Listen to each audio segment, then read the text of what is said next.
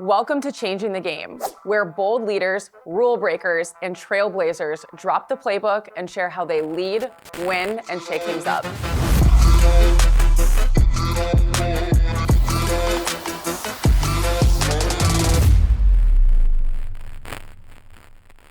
All right. Today, I'm joined by Paige Neuenfeldt. Paige is a former standout volleyball player at the University of North Carolina, where she earned 4 All-American honors and was nominated for NCAA Woman of the Year.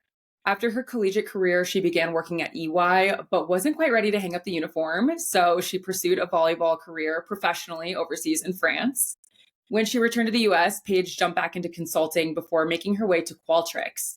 She started in customer success and eventually made the leap into sales, where she's now thriving as an account executive. She's also a founding member of The Post, the exclusive membership community for former athletes, where she's helping shape an incredible network of leaders who bring their athletic mindset into every arena they step into. Welcome, Paige. Thank you for having me. That was such a kind intro. I'm so excited to have you here. We actually met, for everyone listening, we met at the Post Summit last year, which was pretty fun. I think I've had there's just such an amazing network at the Post. I've had some other Post members on the show before, and they're just all so wonderful.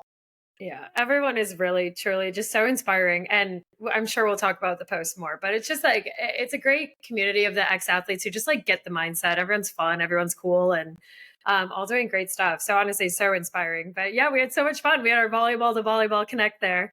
Yes, that's so true. Okay, but there were like four volleyball players at the summit, so I was like, I gotta meet the volleyball girls. I gotta get the backstory. Yeah, that was awesome. And you were a middle, right? I was, yeah. I played middle. Yeah, it's the hardest position at volleyball. I know that's like a controversial thing. I think setter gets some good nods as well, but it's a grind and it's difficult, but you got to be a little crazy and sometimes it works out and they're what make good teams great at the end of the day. So I think it's a really unique position to play. But I loved it. I thought it was fun. I thought it was fast paced and you got to hit the most fun sets out there. So yeah, it worked out for me. Okay. Yes. No, it is such a hard position to play. I was a libero, so I also kind of think middles and liberos kind of get each other a little bit because although totally different positions, we kind of don't get a lot of credit sometimes for the work that you put in. So I always felt like I bonded really well with my middles. Like I was always really good friends with the middles. So Yeah, and it's also like the most hilarious dichotomy between like the tallest people on the team and the shortest. And like you have like a camaraderie of being the workhorses that have the least amount of credit. that's so true. It is. It's a little bit, it's, yeah, we have less of the ego involved sometimes, I think, for sure. 100%. 100%. Yes. Shout out to the middles and the liberos. Agreed. Totally agreed. Just also side note, I did have to play middle one time in like club because this was when I was young. So, I was relatively the same size as everyone. Played middle for one tournament and I was like, I'm never doing this again. That was so hard. Like I felt like I was like dizzy. It's so hard. It's so hard. You're in everyone's way. Your knees take a beating. You're jumping like 5 times more than every player. And yeah, I mean, my body definitely feels the years of middle, but I don't know. It was just the one that really spoke to me, I guess. And I also was oddly like not tall enough that like I was tall, like I'm 6'1.5", but at the collegiate level, a lot of middles are like 6'4", 6'5" Right. now. And so like kind of undersized for the position, to be honest, which I think is hilarious. Like I tell people I was on the second row of my team photo. There was like an entire row of girls taller than me. So like in volleyball land, like I do feel like undersized a little bit. So I don't know. I can go back to my high school people and be like, what are we doing here? Why didn't someone funnel me to the outside or the right side or something? But that is so interesting. Actually, yeah, like considering maybe being considered an undersized middle, that is really interesting. But you obviously, it worked out okay for you. 4-time All-American awards and many others too, I noticed. Yes. Yeah. It was awesome. I mean, at that time period at North Carolina was such a really fantastic, like, growth moment for the program. Like my team or all my recruits, my year coming in, I think we were like the number 8 recruiting class. So we were like a bunch of like good recruits, but not amazing recruits. And there were a lot of us. There were 7 of us in our class. And we just had this like underdog mentality the whole time where we were like, we have the opportunity to like really turn a top like barely top 25 program into like a top 10 program.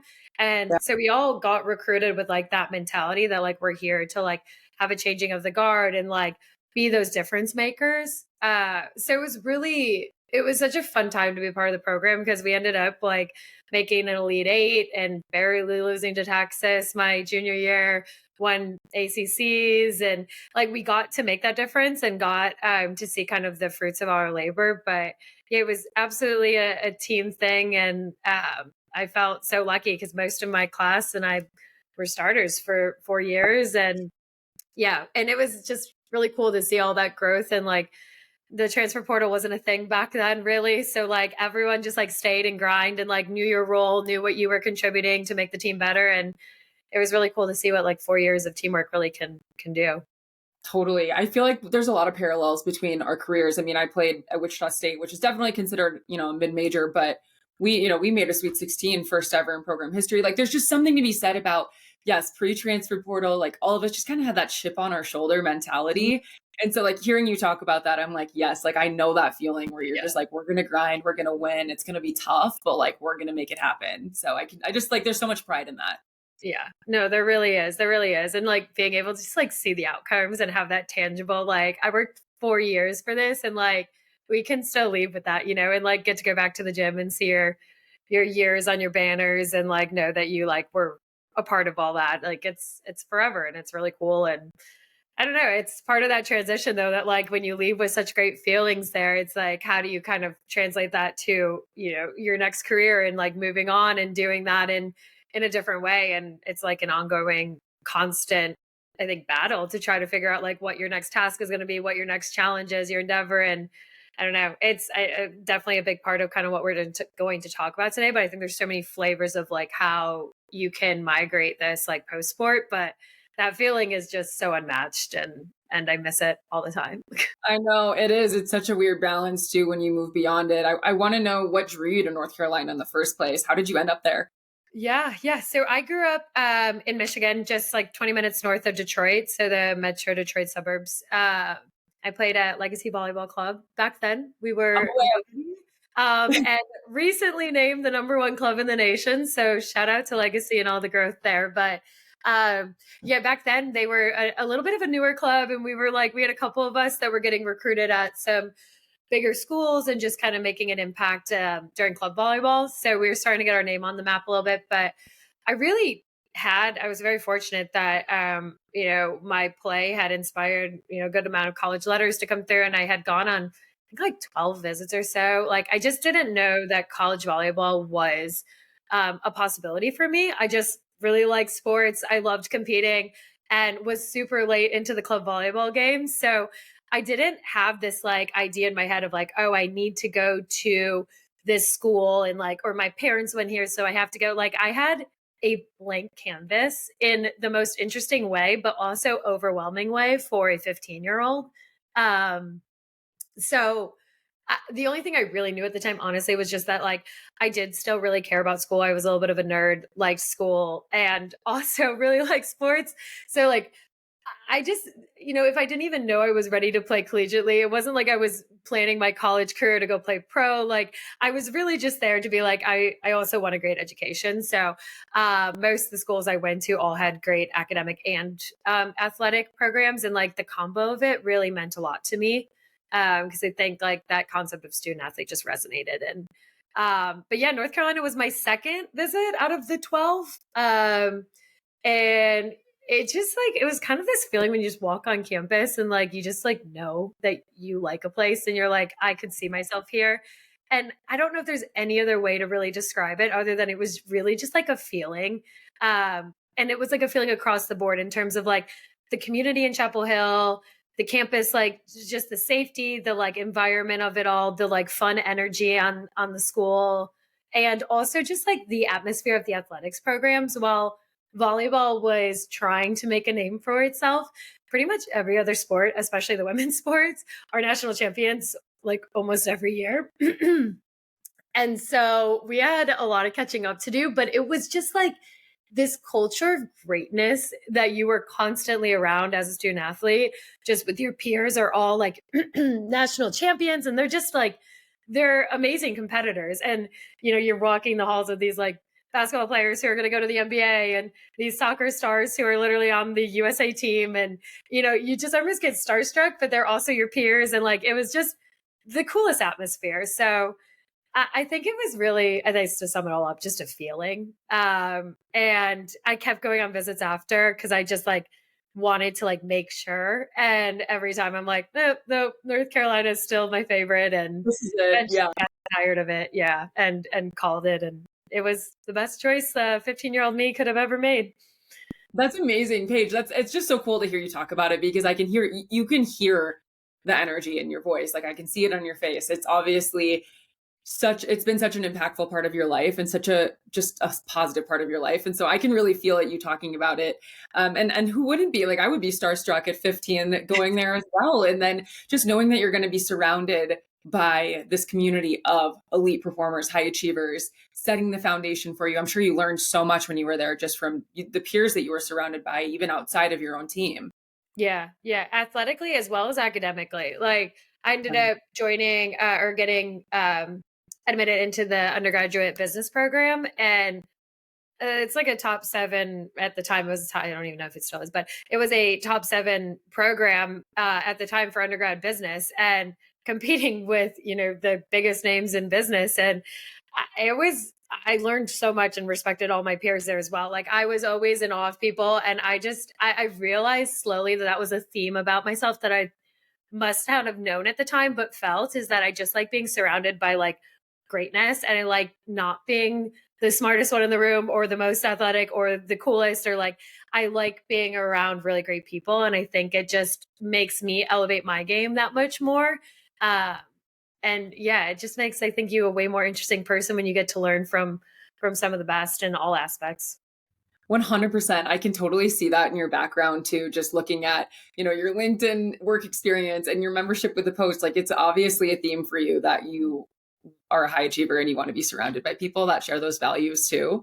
How did that lead you then? So you have an interesting career path as well. You pursued professional sport, after entering the workforce post-graduation. So can you talk a little bit about that, what that transition maybe out of North Carolina was like, how you got into EY, and then, let's go from there. Yeah, it was definitely a little backwards. And I think kind of speaking to how I chose college, like I just didn't know that I was like good enough to play at that level. And I didn't necessarily have like dreams of being a collegiate or professional athlete. I just really liked playing sport and it was taking me cool places. So I kind of was riding it out. And I think my success at North Carolina, I had, gotten some like accolades that were well respected in the volleyball community and kind of gave me that foundation that if I wanted to play professionally, I absolutely could have. And I thought about it not that much, though, more so from the fact because I had some lingering knee pain and knee issues that I needed to get under control. So I had knee surgery after my senior year and just had to get a little tune up, clean the meniscus and all that, like, all that jazz. Yeah, every volleyball player can relate, I'm sure. Yeah, the scope is like a classic volleyball. Yes. Yeah. It honestly helped so much though. And I was back and feeling so much better. But at that point I kind of had just been like, I think I'm ready to move on. Like my body's tired. And so I joined EY Consulting, and they had a like out of undergraduate program. And I was like, yeah, like most of my peers that I really respected in my business classes were like going into consulting. It felt like a great first step in terms of just like breadth of knowledge you could get, like cross industry, working on teams. Like you get put on project teams with like partners, senior managers, senior consultants, and then you at the bottom of the totem pole. So like, again, it's like that team environment of consulting that I think I really thrived under. So that was like initially why I got drawn to consulting. It worked out great. I loved it. I had the most fun. Like we were traveling the Monday to Thursday thing, staying in the hotels, and it was just a great experience. And I was having a lovely time. And I was also simultaneously just like playing volleyball in adult leagues on the side because I was just missing it. Like that had been my life and my career for like 10 years at that point. And I just wasn't ready to be done with it. And it's an easy way to make friends as an adult. So But yeah, the volleyball world's small. And as I started playing a little bit, I had an agent reach out and basically say, "Oh, I noticed you're playing again. Like, do you want to play professionally?" And I was not sure at the moment, but I basically said, you can put my name out there. If something comes up, let me know. And yes, I got offered a position to play on a team in the first division in France. It was their first year. They were moving from the second division up. They just won the second division and had asked for me to join. And so I decided that it was the right opportunity. And it was a little bit of a controversial decision at the time with my family and friends, and just people were a little shocked because obviously you make about a quarter of the salary that you were making as a first year analyst. And I think for me it was much more just this like realization of it, like an unfulfilled dream kind of like I didn't know I needed to play professional volleyball, but if I look back in 20 years, I'd be really mad if I didn't try it at least for 1 year, and that business would always be around. So long story short, I had a time step on an experience that I really wanted to get. I think that's amazing, Paige. I think it can be so easy to like, you're in your career. I just want to stay where I am. I'm being paid a lot. I'm enjoying my career, but knowing that potentially you look back and say, "Hey, I wish I would have done this." I think that takes a lot of courage. Like, a lot of people maybe wouldn't have done that. And I think it just shows a lot to your courage. Like, no, I'm going to do this.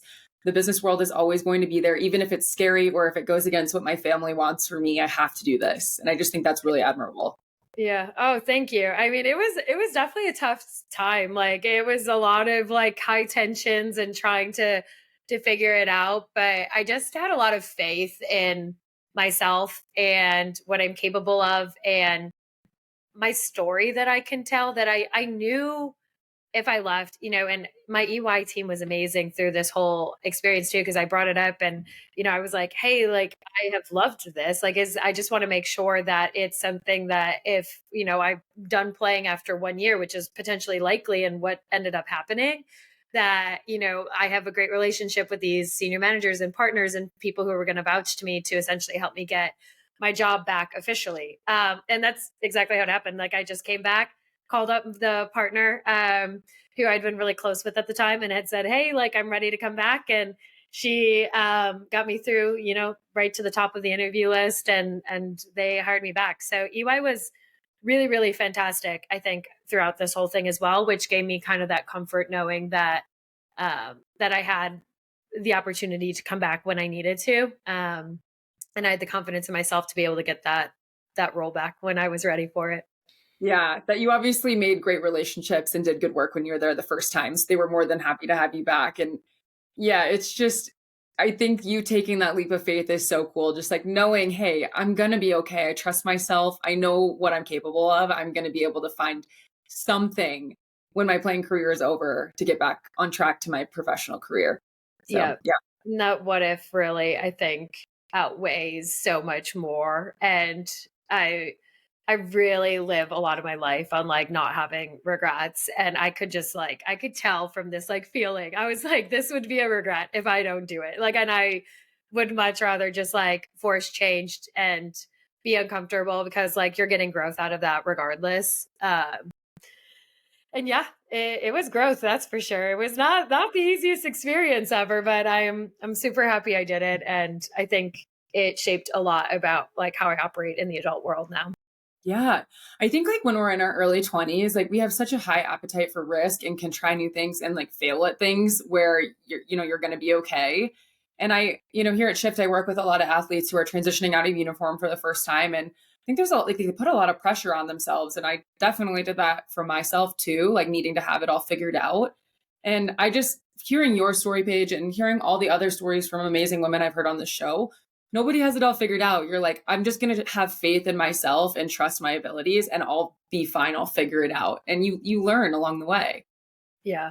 No, you do. You do. No one has it all figured out. If I've learned anything, there's no linear path. There's no right answer. It's just what's the right answer for you at this time, and are you going to be able to look back at an experience and say, I learned something from this, and I have a new story to tell from it. I have a new growth mentality from this. Like, whatever your takeaway is, like, it's just really the advice and how you can operate in your 20s just to get the most experience and the most exposure possible. And that if you look at all the LinkedIns of the people you respect the most, everyone's like job experience is like boom, boom, boom, like all over. People are jumping from like org to org within their company. Like there's no right answer. And honestly, that breadth of experience and that like taking risks and things not working out, like it's how you frame it, right? Did it not work out in that like you failed, or did you just like learn that you don't like something and then you can pivot to something else, but you have good people who are like backing you and helping you make those pivots? Then it sounds like a win to me until you find the where you're actually supposed to be longer term. Yeah. Yeah. That's like a mic drop moment. It's like, it feels to me, it really is. It's like, yeah, did you fail or did you just learn something about yourself? Did you learn that you don't like something? And now guess what? You get to take a step in the right direction for you because you know that maybe that path's not the right one. And athletes like should be the most comfortable doing that out of everyone, right? Like if the most elite athletes are failing all the time, like every day. Otherwise, you're not growing, you're not getting better, you're not getting that like 0.1% better that you need to be every day. So it's just one of those things that like you need to embrace as a former athlete, in that it's uncomfortable. You feel like you don't have the skill set, but at one point in your sport career, you also were at level zero. So like it's the same thing. You have the same skills, just got to trust in yourself and your ability to like learn from things and grow. And know that honestly, I would take an athlete anytime to be on my team in the work field. Or in the workforce. So I think there's just an incredible amount of skills that you take that you don't realize are differentiators and actually helping you stand out and kind of grow through this all and fail fast and learn fast. Yes, 100%. There's so many transferable skills. And I think a lot of new candidates to the workforce feel like their skills from sports are like, oh, it's for nothing. I know I definitely had that that panic moment when I graduated, but it's so not true. Like your skills are so transferable and so desired. Like coming from you, you've been in the workforce for how long now? And you've worked your way up through a variety of roles and leadership positions. And it's just like, you value that experience when you see it. 100%. I remember looking at my resume when I was leaving college, and I was like, all I have is volleyball on here. And I just remember not being able to like articulate like, I didn't have a internship this summer, and all my, business school counterparts were at McKinsey and Bain and like, all having these business experiences, not being able to like fully realize though that like my summer spent training and like the skill sets you're honing via sport actually are like what matters to being like a great employee at any place. Like you can learn industry knowledge, you can learn specifics to anything, and that's what ChatGPT and AI is for. But like it can't teach you how to be on time and be responsible and be able to have an adult conversation with someone who is much older than you, like a coach figure or something, right? Like it can't teach you those things. Like those are intangibles that like you have that other people don't have. That's such a good call out. Like you can learn any skill you need to know now for the workforce, but you can't always learn those. You can't pick those intangibles up on a whim. No. Like taking feedback, giving feedback, dealing with working through conflict with teammates, like these things you've honed those skills over years and years of hard work. I could not agree more with that sentiment. I want to know how did you transition from EY then to Qualtrics and eventually into a sales role? Yes. Yeah. So this one, I've obviously been out of sport at that point for a while. But I think it was a time period, it was COVID. So consulting had changed a lot throughout that. So we used to do the whole Monday through Thursday travel. And it was very much like a time boxed activity where you like worked really hard when you were gone. And then like you were able to kind of have that work life balance with that separation of like physically flying to your client site. Right. Okay. And yeah, and like when COVID hit and we were all work from home, it was like honestly a very shocking like culture adjustment for like a lot of people not realizing that like those boundaries still really mattered. And I was just kind of getting to this burnout point, and realizing that like when I looked at the senior managers and partners' lives, that I didn't see my life and like what I was aspiring to be to. It just didn't resonate with me.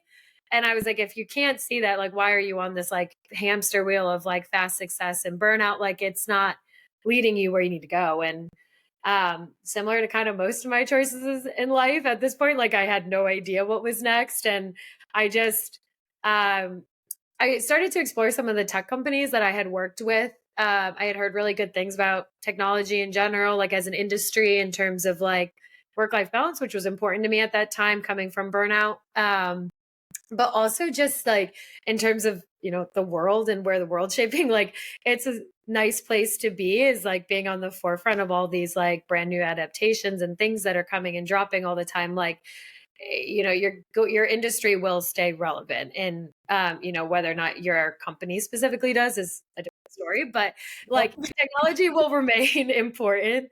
So yeah, I kind of fell into it through some connections through consulting, and Qualtrics has been great though. I think it's been an interesting product to be a part of, and being able to like see how we've picked up, bringing in AI and agentic AI and all this stuff into our products, and like being able to stay with the times has been, I think, a really cool piece that makes me feel like I'm like still on the forefront of things and like getting to be excited kind of about all the change rather than like nervous about the fact that my job like might not exist or something like that. Like it's cool to get to see that the company is kind of embracing all this change.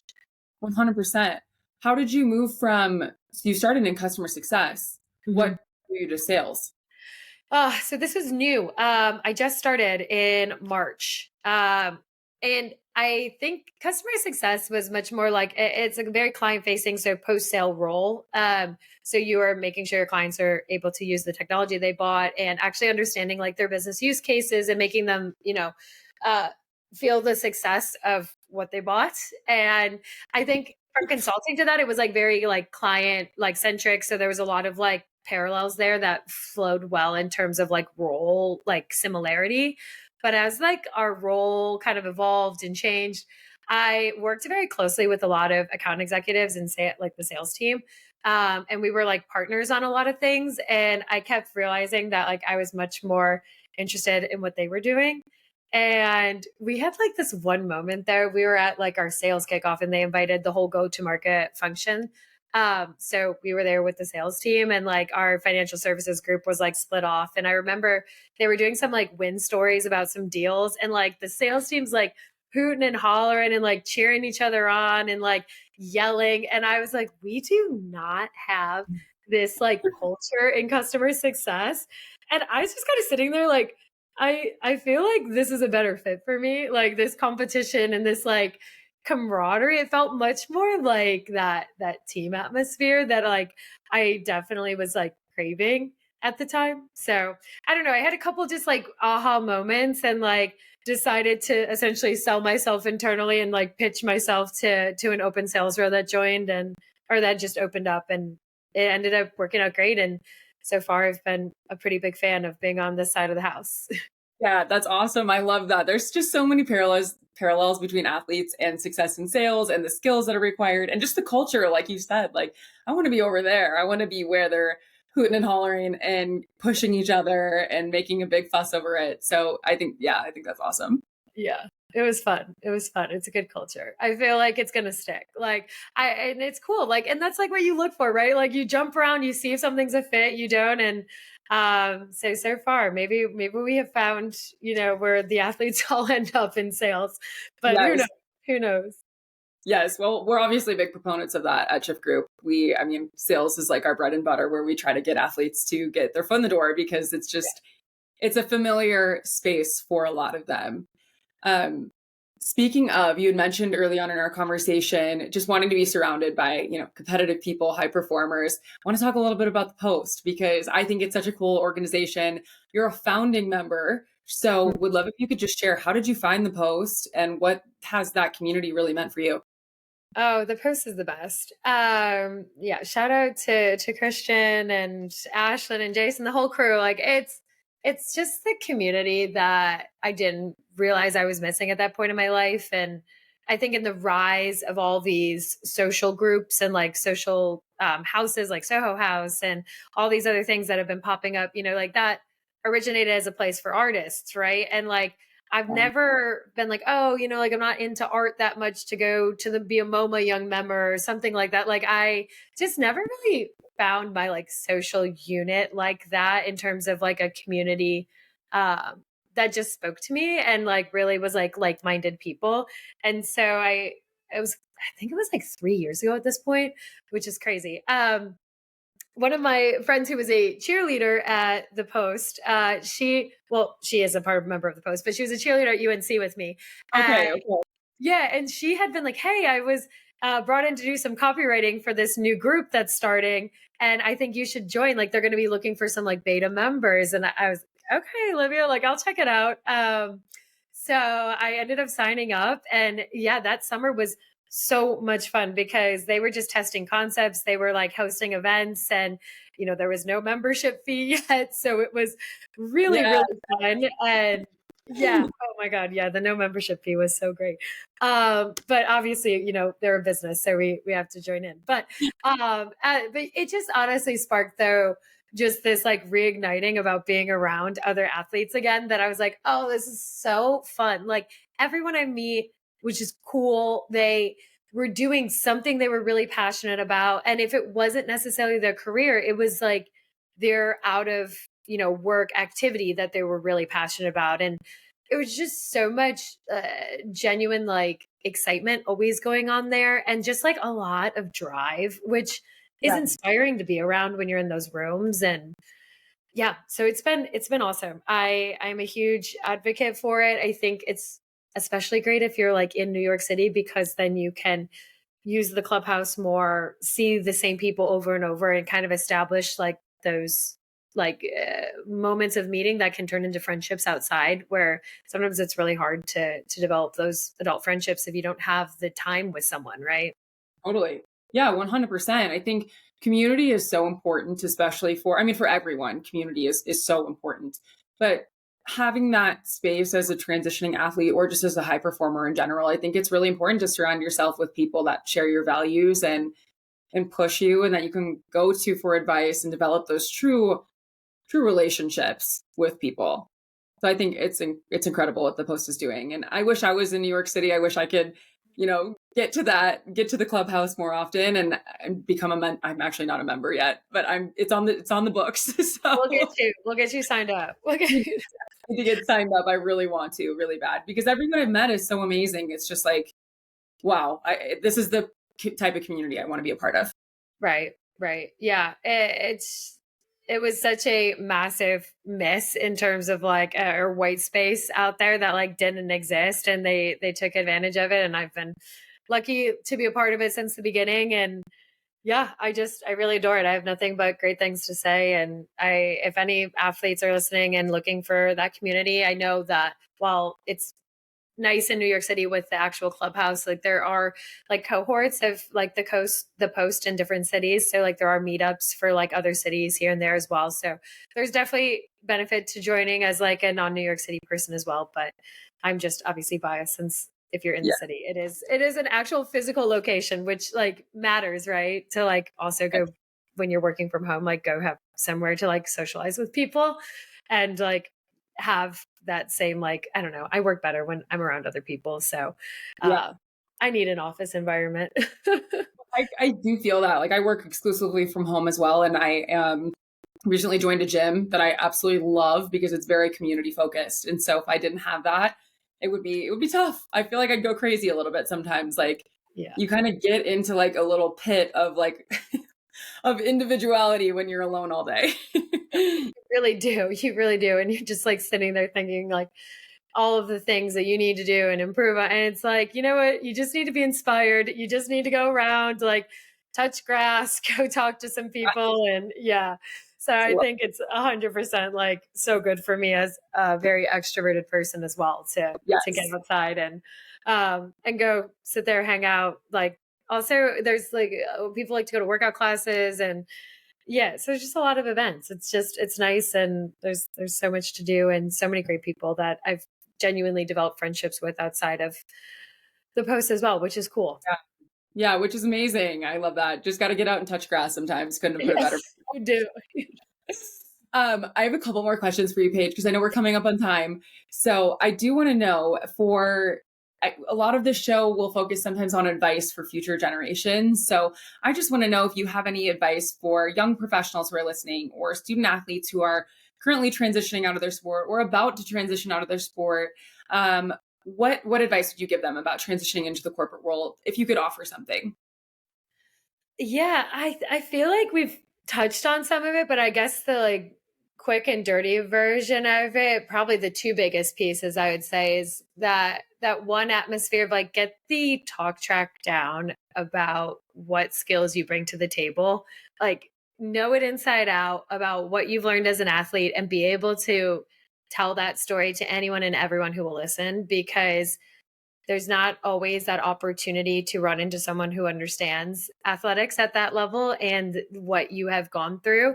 And if you're lucky enough to meet an interviewee who gets or an interviewer who gets it, then like you're very lucky. But you need to sometimes quickly be able to articulate that to someone who maybe doesn't understand that and is looking for something on a resume that maybe you don't have because of your time commitments from all your athletic endeavors. So I think that's step one is just like get that talk track down, be really clear with it, and like sell the crap out of yourself because you are one of the most eligible people I would hire, honestly, at any moment. I will always look for athletics on a resume personally.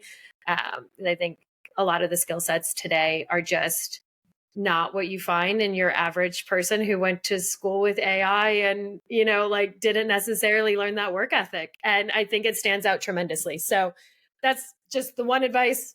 Tell your story, know it well, sell the crap out of yourself. And the second bit is just like, you're going to try things, fail fast. And like we talked a little bit about that, like no one has it right. You don't have to be on the perfect path, but it's something around like there's like that saying that like the enemy of good is like great, and just like basically like don't be sitting there trying to be a perfectionist and plan your next 10 years. Like you don't know what that's going to be, you don't know what experiences are going to come up your way, but like try things out. If you don't like it, move on, and like have some type of growth or learning from every experience so that you can just keep pushing yourself and elevating yourself. Yeah, Paige, I couldn't agree with that more. Like that is like the best advice I've received in my professional career, actually. I think it's just like launch fast and fail fast and adjust fast. Yeah. So that because otherwise you're going to be sitting there forever going, what do I do next? And you're not going to learn anything. I think about like just with this podcast, like my early episodes where I don't even want to listen to them because I'm like, oh my God, they're so bad. Like it's just it's something that you'll never be ready for unless you just do it and fail and figure it out. So and then you get better. So I just couldn't agree more. Yeah. Final question for you, Paige. In honor of the show's name, Changing the Game, I'd just like to know what changing the game means to you in your professional or personal life. I know. I feel like this is a tough one to end on. I hope I come up with a great ending here. You will. You will. I know. So much pressure on the last question. Changing the game for me, I think means different things in different scenarios. But I think for me right now, just in my current phase of life, like I am the youngest and only female on my team of all male colleagues in my sales world, which I know is sometimes a common theme, especially in the tech world. And I think so. Changing the game feels a lot about like proving to myself and to everyone that like I am more than capable and going to crush this role and like prove the haters wrong. And, I also took a different non-traditional route, not only just being a different, physically than people, but also like my role, like I didn't go traditional sales route through like the SDR to corporate to enterprise. Like I kind of went through CS all the way to enterprise and then over. So while it doesn't feel traditional, I feel like I have like a lot of like change in the game in terms of like different paths to get places and like looking different than people and still being able to like prove out that success. So I think those are some of the beasts I'm slaying right now, and hoping that, you know, if we were to catch up in a year, that I've made a dent on that and feel like, yeah, I've changed the game in Qualtrics sales maybe. So that's, I think, where I'm currently looking to change the game. You nailed it. I think Yeah. that's a perfect way to talk about it. You are changing the game right now. And I guarantee in a year from now, Paige, after everything that I've learned about you from all of our conversations, including this one, you're going to be, a year from now, the game will be changed. I'm very confident. I hope so. I hope so. Paige, thank you so much for your time today. This was seriously wonderful. Can I encourage our audience to connect with you on LinkedIn? Yes, absolutely. You can find me there. I have my volleyball in the back end, so you'll see my picture. Yes. So it'll be easy to find. Amazing. Thank you so much for your time. Thank you everyone for listening. We will be back with another amazing episode and another amazing guest here soon. Thanks so much, Paige. Appreciate it. Thank you.